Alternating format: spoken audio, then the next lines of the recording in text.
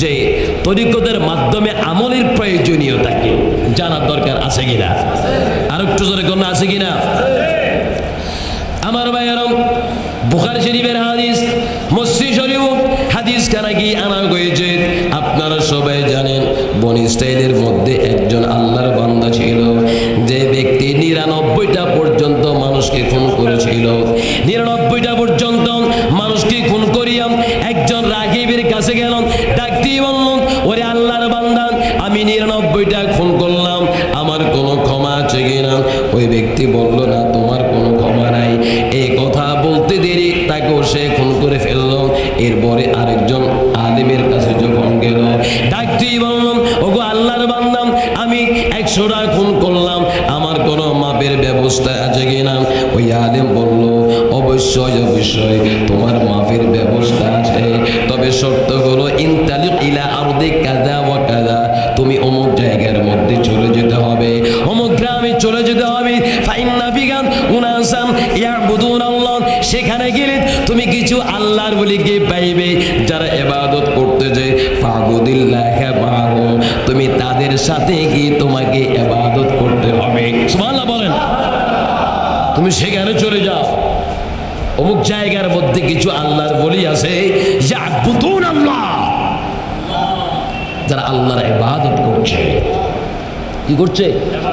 আল্লাহর ইবাদত করতেছে। ফাবুদিল্লাহি মাহুম, তুমি তাদের সাথে গিয়ে ইবাদত করো। ওয়ালা তারজি ইলা আরদিকা, তবে শর্ত হলো তাদের সোহবতে একবার গেলে আর বের হতে পারবে না। সুবহানাল্লাহ বাড়িতে গিয়ে বলিয়েন, আর একটু জোরে বলেন না সুবহানাল্লাহ।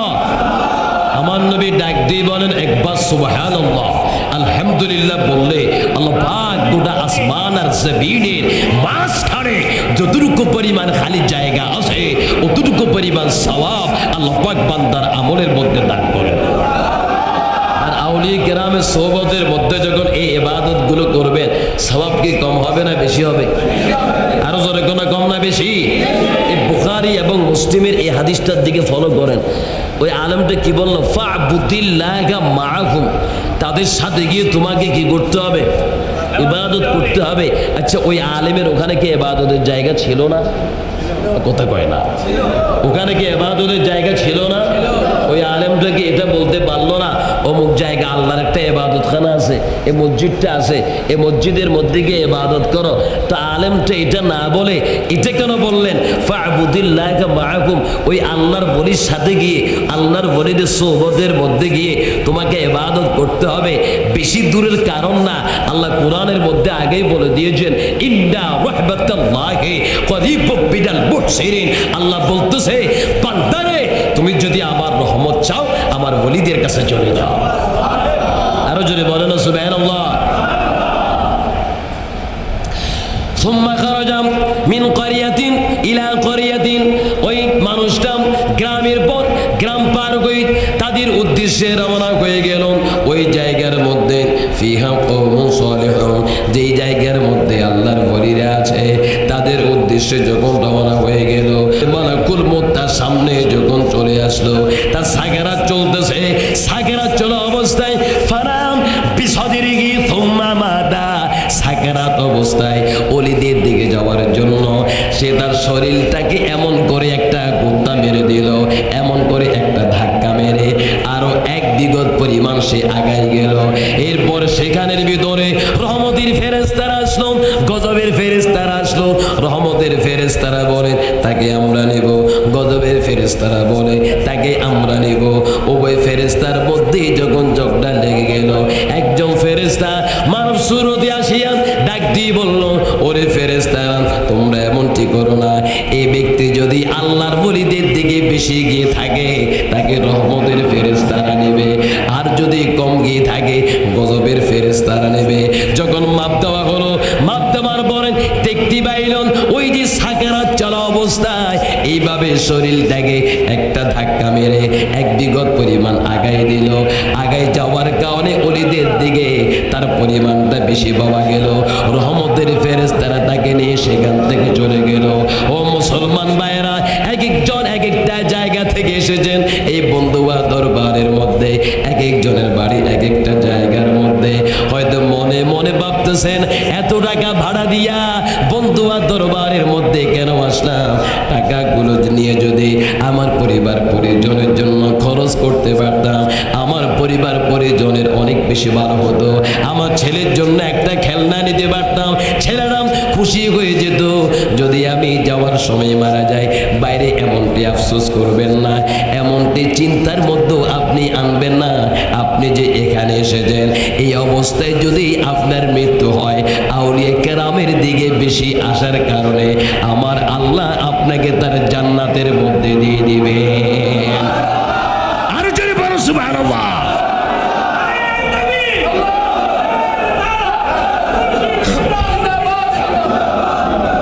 চিৎকার দিয়ে বলেন মারহাবা। মৌলবী ওলি বুঝে না, ওলির বিরোধিতা করে। মৌলবীর কাছে এই আকলটুকু নাই আমি কার বিরোধিতা করছি। যাদেরকে আল্লাহ পাক হেদায়েতের চাবি বানিয়েছেন, মৌলবী এটা বুঝতেছে না যে তাদের বিরোধিতা করছে। হাদিস শরীফের মধ্যে আমার নবী ডাক দিয়ে বলেন কুলুবুহুম মাসাবিহুল হুদা, বলে রাখবে আল্লাহর ওলিদের কলব হলো হেদায়েতের চাবি। আরো জোরে বলেন সুবহানাল্লাহ। আল্লাহর ওলিদের কলব হেদায়েতের চাবি, এটা কোনো আমার কথা নয়, এটা বলেছেন আল্লাহর নবী। কথা বলে কে বলেছে? আল্লাহর নবী। যার কারণে মুস্তাদরাক হাকিমের মধ্যে একটি হাদিস এসেছে, আমার নবী একজন সাহাবী, নাম হলো হারেস। নাম কি বললাম? নাম হলো হারেস। এই হারেস একদিন সকালবেলায় যখন নামাজ পড়ে বের হলো, পথের মধ্যে আমার নবী দাঁড়িয়ে আছেন। হারেসকে ডাক দিয়ে বললেন, হারেস রে, কাইফা আসবাহতা, তোমার সকাল থেকে তুমি কিভাবে পার করেছো, সকাল থেকে তুমি কিভাবে অতিক্রম করেছো? হারেস বলল, নবী গো, আমি পরিপূর্ণ হাকিকতুল ঈমান, পরিপূর্ণ ঈমানের সহিত কাটিয়েছি। আরেকটু আস্তে কর, আরো আস্তে কর, আরো আস্তে কর। এতক্ষণ যেহেতু আস্তে বলেছেন, এবার একটু জোরে কর। আপনারা তো একটু উল্টা বুঝেন, তা আপনাদেরকে উল্টা থেকে আমল করাইতে হবে। হারেস কি বলল? হাকিকতুল ঈমান, নবী গো পরিপূর্ণ ঈমানের সহিত আমি কাটিয়েছি। আমার নবী ডাক দিয়ে, হারেস তুমি কি বলছো, তুমি কি জানো? হারেস বললেন, নবী গো হ্যাঁ ভালো করেই জানি। সুবহানাল্লাহ। আমার নবী মুস্কি হেসে বললেন, হারেস রে, ঠিক আছে বুঝলাম, প্রতিটা হাকিকতেরও হাকিকত আছে, তোমার ঈমানের হাকিকত কি? সুবহানাল্লাহ বলবেন না? এই বিষয়টা এমন না তো আমার নবী সেখানে ইচ্ছে করে দাঁড়িয়ে অপেক্ষা করতেছেন আর হারেসকে এটা বলবেন, আর হারেসের মাধ্যমে আল্লাহ নবী গোটা তরিকত ওয়ালাদের কাছে কথাটা পৌঁছাই দেবেন। আরো যদি বলেন না সুবহানাল্লাহ। হারেস বলতেছেন, নবী গো পরিপূর্ণ ঈমানের সহিত, আমার নবী বলে প্রতিটা হাকিকতের হাকিকত আছে, তোমার ঈমানের হাকিকত কি? হারেস বলেন, নবী গো আমার ঈমানের হাকিকত হচ্ছে আমি যখন চোখকে বন্ধ করি আল্লাহর আরশ আজিমকে দেখতে পাই। আরেকটু যদি বলেন না সুবহানাল্লাহ। আমি আল্লাহর আরশ আজিমকে দেখতে পাই, রাত যখন হয় চোখটাকে বন্ধ করি আল্লাহর আরশের লীলা খেলাগুলোকে আমি দেখতে পাই, আরশ আজিম পর্যন্ত দেখতে পারি। এই জন্য কবি বলেন, লৌহে মাহফুজ দস্তে পেশে আউলিয়া, এর বিশ্বের মানুষ আল্লাহর ওলিরা যদি জমিনে, আল্লাহর ওলিদের দৃষ্টি থাকে লৌহে মাহফুজে। আরেকটু যদি বলেন না সুবহানাল্লাহ। নবীকে শুধু যে আরশ দেখি তা নয়, আমি আরো দেখি, আমি চোখ বন্ধ করলে জান্নাতীদেরকে জান্নাতের মধ্যে দেখি। আরো জোরে বলেন না সুবহানাল্লাহ। নবীকে আরো বাকি আছে, আমি যখন চোখ বন্ধ করি জাহান্নামীদেরকে জাহান্নামে দেখি, তারা কিভাবে আওয়াজ করতেছে, আওয়াজটা আমি শুনি, কার শাস্তি কি জন্য হচ্ছে ওটা আমি দেখতে পারি। আমার নবী এক বাক্যে ডাক দিয়ে বললেন, হারেস রে আরাফতা, ওরে হারেস তোমার সামনে রহস্য উন্মোচন হয়ে গিয়েছে, তুমি মারফত সম্পর্কে জেনে গেছ। ওরে হারেস তুমি আরাফতা, তুমি রহস্য উপলব্ধি করতে পেরেছ। এই জন্য যারা রহস্যকে উপলব্ধি করতে পারে তাদেরকে মারফতওয়ালা বলে, যার কারণে ওলিদের মধ্যে একটা স্তরের নাম হলো আরিফ বিল্লাহ। ঠিক কাঁদ দিয়ে বলেন সুবহানাল্লাহ। আরো যদি বলেন সুবহানাল্লাহ। রহস্যকে অনুধাবন করার নাম আচ্ছা বলেন, নবীজির হারেস এটা জানলো, জান্নাতীদেরকে দেখতে পায়, আরশকে দেখতে পায়, জাহান্নামীদেরকে দেখতে পায়, আমার নবীর ক্ষমতা কি সাহাবীদের চাইতে কম না বেশি? কথা বলো, কম না বেশি? কত বেশি? তার কি কোনো হিসাব আছে? আর একটু জোরে কন্যা আছে? একটু সেই নবীকে ডাক দেন, আমারে মনে জল্পনা কল্পনা যাব আমি সোনার মদিনা। একটু বলেন, আমারে মনে জল্পনা কল্পনা যাব আমি সোনার বাবা, যাব আমি সোনার মদিনা। বলেন যাব আমি বাবা, বাবা গো যাব আমি সোনার। আমার মনে জল্পনা কল্পনা যাব আমি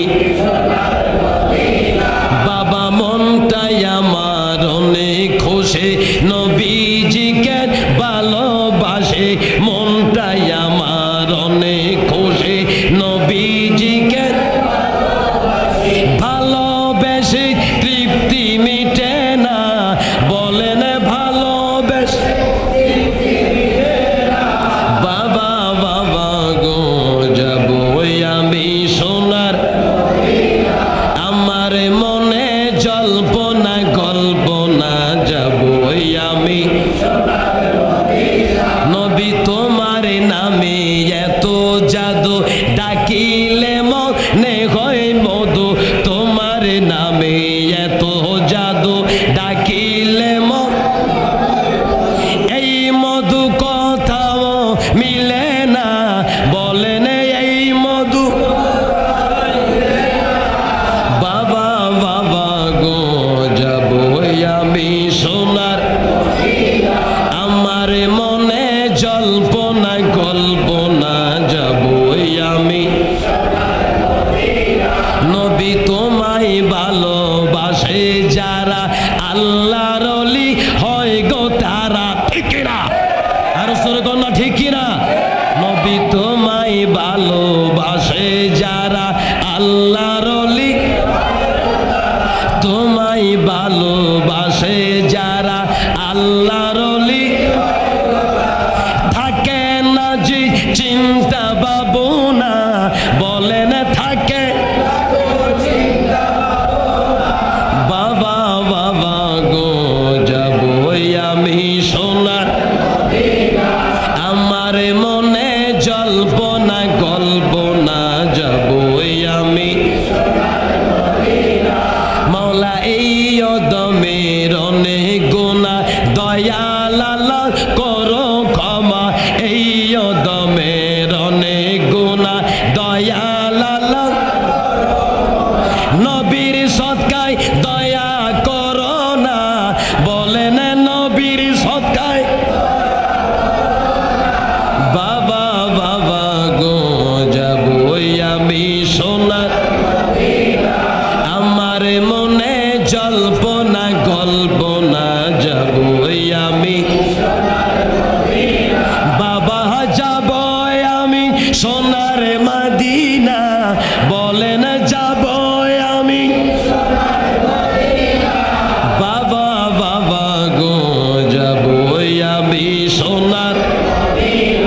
চিৎকার দিয়ে বলেন মারহাবা। আমার নবীর শানে গাইলে ভালো লাগে না খারাপ লাগে? আরো জোরে গলা কি লাগে? আর আমাদের ওই সমস্ত ভাইদের গায়ে লাগে। কোথায় কন্যা, ঠিক কিনা? এরে ভাই, ওলিদের কাছে রহমত, এই কথাটি শুধু আপনারা বুঝতেছেন না, কিন্তু আল্লাহর নবী হযরত জাকারিয়া আলাইহিস সালাম বুঝে ফেললেন। সুবহানাল্লাহ বলেন। আমার ভাইয়েরা, হযরত জাকারিয়া আলাইহিস সালাম বিবি মরিয়মের হুজরার মধ্যে, বাইতুল মুকাদ্দাসের মধ্যে অমৌসুমী ফল যখন দেখলেন, জিজ্ঞেস করলেন, ওরে মরিয়ম, এগুলো তোমাকে কে দিল? সূরা ইমরানের 37 নম্বর আয়াত। হযরত মরিয়ম বলেন, ক্বালাত হুয়া বিন ইনদিল্লাহ, এটা আমার আল্লাহর পক্ষ থেকে এসেছে, এটা আমার আল্লাহ আমাকে দিয়েছে। জাকারিয়া আলাইহিস সালাম এই প্রশ্নটি করার কারণ কি ছিল? কারণ চতুর্দিকে দরজা বন্ধ ছিল। সেখানে জাকারিয়া নবী ছাড়া অন্য কেউ প্রবেশ করার কোনো অনুমতি ছিল না, অন্য কারো কাছে কোনো চাবি ছিল না। অমর সময় ফল দেখিয়া তিনি বললেন, এটা কোত্থেকে তুমি পাইলা? হযরতে মরিয়ম বললেন, এটা আল্লাহর পক্ষ থেকে এসেছে, কারণ ইন্নাল্লাহা ইয়ারযুকু মাইয়াশাউ বিগাইরি হিসাব। চিৎকার দিয়ে বলো সুবহানাল্লাহ। হযরতে জাকারিয়া আলাইহিস সালাম এই দৃশ্য যখন দেখলেন, মনে মনে চিন্তা করলেন, কি ব্যাপার রে, আল্লাহ যদি অমৌসুমে, যে সময় ফলের কোন মৌসুম নয়, এমন মৌসুমের মধ্যে মরিয়মকে যদি ফল দিতে পারে, আমার আল্লাহ চাইলে আমাকে সন্তান দিতে পারে।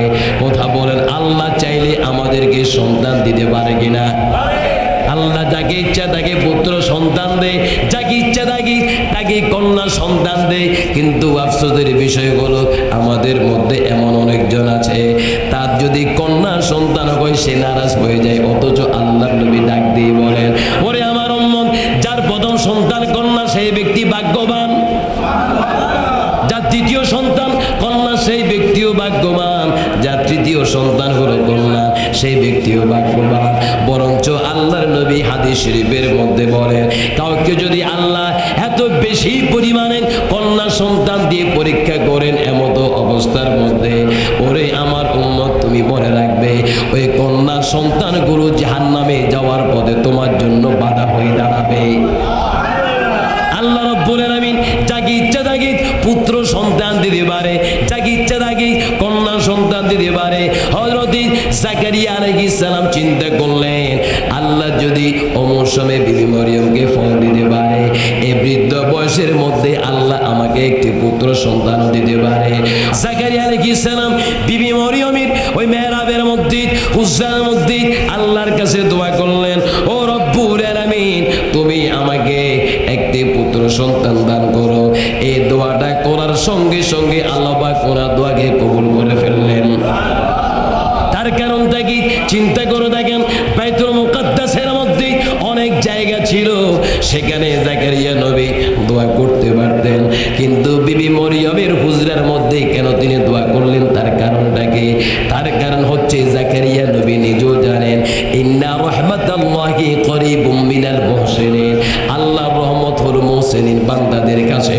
এই জন্য ভাইয়েরা, আমাদের দেশের ওই সমস্ত চামুন্ডা মোল্লারা না বুঝলেও ইমাম শাফিঈ এটাকে ঠিকই বুঝতে পেরেছেন। সুবহানাল্লাহ বলেন।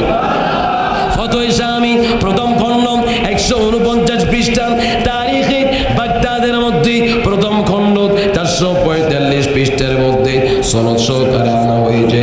ইমাম শাফিঈ রাহমাতুল্লাহি আলাইহি তিনি ডাক দিয়ে বলেন, এরে বিশ্বের মানুষ, ইন্নী লা আতাবাররাকু বিআবি হানিফাতা ওয়া আজিউ ইলা কবরিহি, এরে বিশ্বের মানুষ, আমি যখনই কোনো সমস্যার মধ্যে পড়ে যেতাম, আমি নিয়ত করতাম ইমাম আবু হানিফার মাজারকে জিয়ারত করার জন্য। আমি ইমাম আবু হানিফার মাজার শরীফের মধ্যে জিয়ারতের মধ্যে আসতাম, সেখানে গিয়ে সাল্লাইতু রাকাতাইন, আমি 2 রাকাত নামাজ পড়তাম। সুবহানাল্লাহ। সাল্লাইতু রাকাতাইন, আমি 2 রাকাত নফল নামাজ পড়তাম।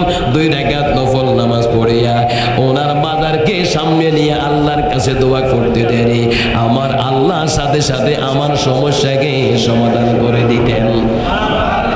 জাকারিয়া আলাইহিস সালাম বিবি মরিয়মের মেহরাবের মধ্যে দোয়া করলেন এই জন্য, কারণ নেক বান্দাদের ওই জায়গার মধ্যে নিকটে যখন দোয়া করবেন, আমার আল্লাহর সাথে সাথে দোয়াকে কবুল করবে। আমার আল্লাহ ওই জায়গার মধ্যে সঙ্গে সঙ্গে বলে দিলেন, ওরে জাকারিয়া, আমি তোমাকে একটি নেক সন্তানের সুসংবাদ দিচ্ছি, ওই সন্তানের নাম হলো ইয়াহিয়া আলাইহিস সালাম। সুবহানাল্লাহ বলেন। কোন ইয়াহিয়া আলাইহিস সালাম? আল্লাহ পাক সূরা মরিয়মের 15 নম্বর আয়াতের মধ্যে বলেন, ওয়াসালামুন আলাইহি ইয়াওমা ওয়ালিদা ওয়া ইয়াওমা ইয়ামুতু ওয়া ইয়াওমা ইউবআসু হাইয়া। ইয়াহিয়া আলাইহিস সালামের মিলাদ উপলক্ষে ইয়াহিয়া নবীর উপরে আমি আল্লাহর সালাম, যেদিন ওনার ইন্তেকাল উপলক্ষে ওনার উপর আমি আল্লাহর সালাম, আবার যেদিন আবারও ওনাকে উঠানো হবে ওই দিন উপলক্ষে ওনার উপর আমি আল্লাহর সালাম। ও মুসলমান ভাইয়েরা, আল্লাহ যদি ইয়াহিয়া নবীর দিতে পারে। ও মুসলমান ভাইয়েরা, অন্তরের মধ্যে যদি জর্রা পরিমাণ ঈমান থাকে, একটা জবানও বন্ধ রাখতে পারবেন না। দুটা হাত তুলে বলে, আমরা আমাদের নবীর মিলাদ উপলক্ষে আরো বেশি বেশি করে সালাম দিতে চাই কি চাই না? দুই হাত তুলে বলো, চাই কিনা? আল্লাহ কবুল করুক, সকল কোনা আমিন। আজ যারা সালাম দেন, আল্লাহ পাক সূরা ওয়াকিয়ার মধ্যে ডাক দিয়ে বলেন, ফাসালামুন লাকা মিন আসহাবিল ইয়ামিন। নবী গো, যারা আপনাকে সালাম দেয় ওই ডানপন্থীদের পক্ষ থেকে আপনি নবীর উপর সালাম। তার মানে বোঝা গেল যারা নবীকে সালাম দেয় এরা হলো ডানপন্থী। এই কথা বলো না কেন? যারা নবীকে সালাম দেয় এরা কি পন্থী? ডানপন্থী। আর যারা সালাম দেয় না এরা বামপন্থী। কথা বলেন ঠিক কিনা? এটা আমার কথা না, কোরআনের কথা। আবেশাব ঠিক আছে নে? ফাসালামুন লাকা মিন আসহাবিল ইয়ামিন। এবার আসুন, আল্লাহ পাক ইয়াহইয়া আলাইহিস সালামের সুসংবাদ সেখানে দিলেন। তার সুসংবাদ দিলেন, ইয়াহইয়া আলাইহিস সালামের সুসংবাদ সেখানে দিলেন। তো আল্লাহ পাক বৃদ্ধ বয়সে ইয়াহইয়া নবীকে, জাকারিয়া নবীকে সন্তান দান করলেন। কোন নবীকে? জাকারিয়া নবীকে। যখন জাকারিয়া আলাইহিস সালাম এই দোয়াটি করেছিলেন, ওনার বয়স ছিল 80 বছর। কত বছর? একটু খেয়াল করে, কত বছর? 80 বছর। আর ওনার স্ত্রীর বয়স ছিল 58 বছর। কত বছর? 58 বছর। এর 40 বছর পরে, এই দোয়াটি করার 40 বছর পরে ওনাদেরকে আল্লাহ পাক ইয়াহইয়া নবীকে দান করেছেন। আরো জোরে বলো সুবহানাল্লাহ। তাহলে চিন্তা করেন, তার মানে ইয়াহইয়া আলাইহিস সালামের 80 বছরের সাথে 40 বছরকে যোগ করেন কত বছর? 120 বছর। আর ওনার স্ত্রীর বয়স 58 ছিল। কত বছর? 40 বছর যোগ করেন, 98 নেই, 98 বছর। 98 বছর বয়সে এরপরে 120 বছর বয়সের মধ্যে পুত্র সন্তানকে দিয়েছেন। কিসের বরকতে? ওই যে বিবি মরিয়মের মেহরাবের মধ্যে দোয়া করেছেন, ইন্না রাহমাতাল্লাহি করিবুম বিদাল মুহসিনিন। আল্লাহর রহমত মুহসিনিন বান্দাদের কাছে। সুবহানাল্লাহ বলেন। আরো যদি বলেন না সুবহানাল্লাহ। এই জন্য ভাইয়েরা খেয়াল রাখবেন, আউলিয়া কেরামের সোহবতে আসলে কিন্তু দোয়া কবুল হয়। কথা বললে কেন? ঠিক কিনা? এই যে সূরা কাহফের 21 নম্বর আয়াতের মধ্যে আল্লাহ পাক বলেছেন যে আসহাবে কাহফের ওদেরকে উদ্দেশ্য করে একটা মসজিদ তৈরি করার জন্য, কি তৈরি করার জন্য? মসজিদ তৈরি করার জন্য। এই আয়াতের তাফসীরের মধ্যে তাফসীরে জামাখশরী, তাফসীরে নাসাবি, তাফসীরে নিশাবুরি, তাফসীরে রুহুল বায়ান, তাফসীরে বাজহারির মধ্যে এসেছে কেন মসজিদ তৈরি করার জন্য তাদের বাসায়? এই জন্য যাতে করে মানুষ সেখানে নামাজ পড়ে তাদের কাছ থেকে বরকত হাসিল করতে পারে। আর একটু জোরে বলো না সুবহানাল্লাহ। তাহলে বলেন, আল্লাহর ওলিদের কাছে আসার দরকার আছে কিনা? আর একটু জোরে কন্যা আছে কিনা? একটি হাদিস বলবো বুখারী শরীফ থেকে, যে হাদিসটি বুখারী শরীফের কিতাবুত তাওহীদের মধ্যে এসেছে। বাবু ওয়াজুহি ইয়াউমাইজিন নাযিরা। এই পরিচ্ছেদের মধ্যে আল্লাহ পাক ডাক দিয়ে বলেন হাদিসে কুদসি, তোমরা দুনিয়ার বুকে তোমাদের সম্পদের জন্য, অধিকারের জন্য কি তর্ক করো, বাড়াবাড়ি করো, তার চাইতো বেশি মুহাব্বতের তর্ক আমার ইমানদার বান্দারা, আমার ওলিরা তাদের ভক্তদেরকে বাঁচানোর জন্য করবে। আরো যদি বলে না সুবহানাল্লাহ। এইভাবে তারা যখন মুহাব্বতের তর্ক করবে, আল্লাহ ডাক দিয়ে বলবে কেন এমন তর্ক করছেন? তারা বলবে আল্লাহ গো, দুনিয়ার বুকে এমন অনেক ভাইরা ছিল, ইসাল্লুনা মা'ানা, একসাথে নামাজ পড়েছিলাম, একসাথে কি করেছিলাম? নামাজ পড়েছিলাম। ওই সুমুনা মা'ানা, একসাথে রোজা রেখেছিলাম, ইফতার করেছিলাম, সেহরি খেয়েছিলাম। ওই ইয়াবাদুনা মা'ানা, একসাথে বিভিন্ন ভালো কাজের মধ্যে ছিলাম। এরা কোথায়? আল্লাহ ডাক দিয়ে বলবেন বন্ধু গো, চিন্তা করবেন না, একটু শাস্তি দিচ্ছি, শেষ হলে পাঠাই দেব। সুবহানাল্লাহ বলেন সুবহানাল্লাহ। আল্লাহর ওরে ঢুকবে, এদেরকে বের করবে। আল্লাহ পাক বলবেন যাদের অন্তরে আদা দিনার পাবেন তাদেরকে বের করে জান্নাতের মধ্যে পাঠাই দেন। সুবহানাল্লাহ বলেন। এইভাবে তাদেরকে বের করে আবার সুম্মা ইয়াউদুন, পিছনের দিকে ফিরে তাকাবে। আল্লাহ বলবে আবার কেন তাকালেন? আল্লাহ গো, এদেরকে তো সব মাঝে মধ্যে পাইতাম, আগে যারা ছিল এদেরকে তো কি পাইতাম, সবসময় পাইতাম, কিন্তু এমন অনেকজন ছিল যারা সপ্তাহ অন্তরে হলেও, মাস অন্তরে হলেও, বছর অন্তরে হলেও আমার কাছে আসতো। আমার জিয়ারতের মধ্যে আসতো, এরা কই? আল্লাহ বলবেন যাদের অন্তরে আধা দিনার পাবেন তাদেরকে বের করে জান্নাতে পাঠিয়ে দেন। আবার পিছনের দিকে ফিরে তাকাবে, আবার আল্লাহ বলবে কেন তাকালেন? আল্লাহ গো, এরা এমন অনেকজন ছিল যারা জীবনে আমার দেখে নাই, না দেখে আমার ভালোবাসছিল। আব্দুল কাদের জিলানী বলবেন এরা না দেখে আমাকে ভালোবেসেছিল। মুজাদ্দিদ আল ফিসানি বলবেন এরা আমাকে না দেখে ভালোবেসেছিল। বাদউদ্দিন নকশবন্দি বলবেন না দেখে আমাকে ভালোবেসেছিল। খাজা গরিবে নওয়াজ বলবেন না দেখে আমাকে ভালোবেসেছিল। এরা কোথায় চলে গেল? আল্লাহ বলবেন বন্ধু কোথায় লাগবে না, জান যাদের অন্তরে মিসকালা দাররাতিন মিন ঈমানিন এক যাররা পাবেন তাদেরকে বের করে জান্নাতে পাঠিয়ে দেন। আরো জোরে বলেন সুবহানাল্লাহ। এই জন্য আল্লাহ রাব্বুল আলামিন কোরআন শরীফের মধ্যে বলেন ইয়াউমা লা ইয়ানফাউ মালু ওয়ালা বানুনা ইল্লা মান আতাল্লাহা বিকলবিন সালিম। হাসর ময়দানে সন্তান সন্ততি তোমাদের সম্পদগুলো কোনো উপকারের মধ্যে আসবে না, তবে উপকারের মধ্যে আসবে যারা কলবে সলিমের অধিকারী, যারা বিশুদ্ধ কলবের অধিকারী। আর বিশুদ্ধ কলবের অধিকারী এরা কারা? আল্লাহ কোরআন শরীফের মধ্যে বলেন আল-আখিল্লাউ ইয়াওমাইযিন বা'দুহুম লিবা'দিন আদুউন ইল্লাল মুত্তাকিন। কিয়ামতের ময়দানে দুনিয়াবি সকল বন্ধুরা একে অপরের দুশমন হয়ে যাবে, কিন্তু ঈমানদার মুত্তাকিরা একে অপরের বন্ধু হয়ে যাবে। আল্লাহ পাক বলেন ইয়া ইবাদি লা খাউফুন আলাইকুমুল ইয়াওমা ওয়া লা আনতুম তাহজানুন। হে আমার মুত্তাকি ঈমানদার বান্দাগণ, আজ কিয়ামতের ময়দানের মধ্যে তোমাদের কোনো ভয় নাই, তোমাদের কোনো চিন্তা নাই, পেরেশানি নাই। সকল মানুষ চিন্তা পেরেশানির মধ্যে থাকলেও ঈমানদার মুত্তাকির মধ্যে কোনো চিন্তা পেরেশানি থাকবে না। জোরে বলুন সুবহানাল্লাহ। যার কারণে তাফসীরে বাগাবীর মধ্যে হযরত হাসান বসরী রাহমাতুল্লাহি আলাইহি বলেন ওরে আল্লাহর বান্দারা তোমরা বেশি করে ঈমানদার মুত্তাকি আল্লাহর ওলিদেরকে বন্ধু বানাও, কারণ কিয়ামতের ময়দানে তারা তোমাদের জন্য সুপারিশ করবে। আর এই দৃশ্য যখন কাফির মুনাফিকরা দেখবে তারা সবাই চোখের পানি ছেড়ে কাঁদতে থাকবে। ফামালানা বিন শাফিঈনা ওয়ালা সাদীকিন হামীম। আয় আফসোস, আজকে আমাদের কোনো সুপারিশকারী নাই, আমাদের কোনো বন্ধু নাই। আল্লাহর ওলিদেরকে যদি আমরা বন্ধু বানাতাম তাহলে আজকে আমাদের জন্য আমরা সুপারিশকারী পাইতাম। সুবহানাল্লাহ বলে না সুবহানাল্লাহ। এই জন্য বলে পীর মাশায়েখের সোহবতের মধ্যে যাওয়ার দরকার আছে কিনা? আর একটু জোরে কন্যা আছে কিনা? বাংলার জমিনে যাদের কারণে ইসলাম পাইলেন, সবকিছু পাইলেন, এনাদেরকে বাদ দিয়ে আপনি কিভাবে ইসলাম চিন্তা করেন? কথা বল না কেন? ঠিক কিনা? ইহুদি নাসারারা তিনটা সূত্র আমাদের উপরে অ্যাপ্লাই করছে। প্রথম নম্বর, নবীর মোহাব্বত থেকে দূরে সরাচ্ছে, কারণ নবীর মোহাব্বত থেকে দূরে সরে গেলে ঈমান চলে যাবে।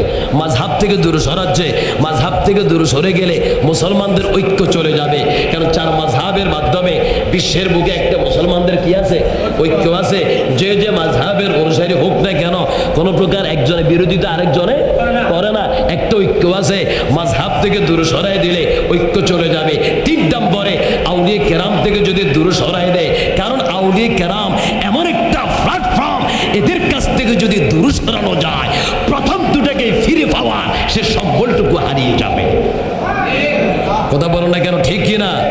এই জন্য সর্বশেষ হাদিস বলে শেষ করছি, মুসলিম শরীফের হাদিস, বুখারীর মধ্যে এসেছে কিতাবুর রিকাত বাবু সিফাতিল জান্নাতি ওয়ান নার, হাদিস নম্বর 6554।